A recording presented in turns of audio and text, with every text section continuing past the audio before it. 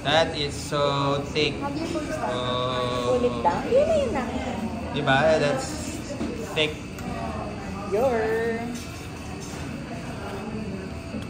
Where are we?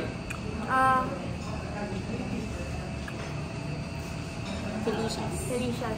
Are you trying what? Cookies and cream.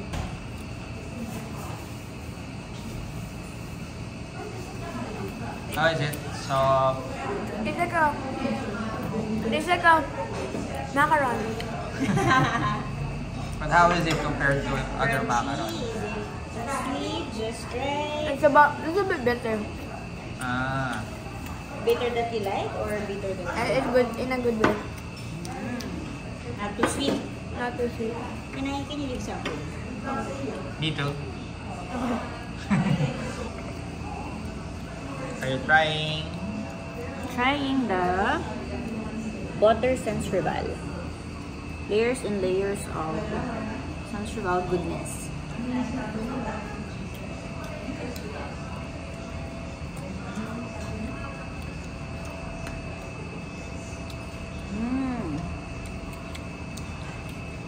Very distinct yung toasty peanuts. Oh. How is it after taking or eating inasal?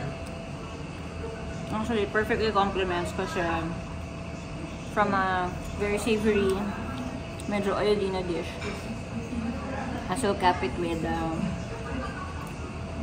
toasty roasted peanuts with butter in an air-conditioned cafe. We try. Sa tanghali. Wow. Mas masyadong matamis. I taste a bit burnt. Yeah. Very tita-friendly. Hindi siya masyadong matamis. Plus it's beside. Plus it's beside mascara inasal. Chicken inasal. And the zoo that we're gonna go to. 3 minutes away from the Negros Ecological Forest. Here. Welcome to Bacolod! Video fail. One more time. Wait. Late naman ang dead ko. Okay lang. Cheers! Welcome to Bacolod!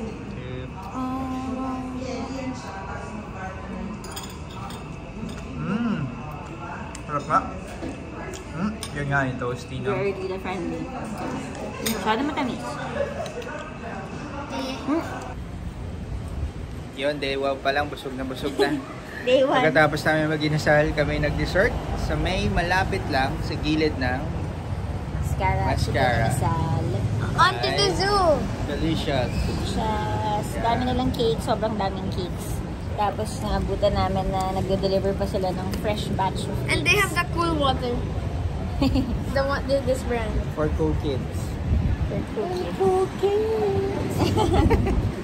Alright. Must stop after chicken inasal. And thank you for joining us. Hanggang sa muli. Paalam!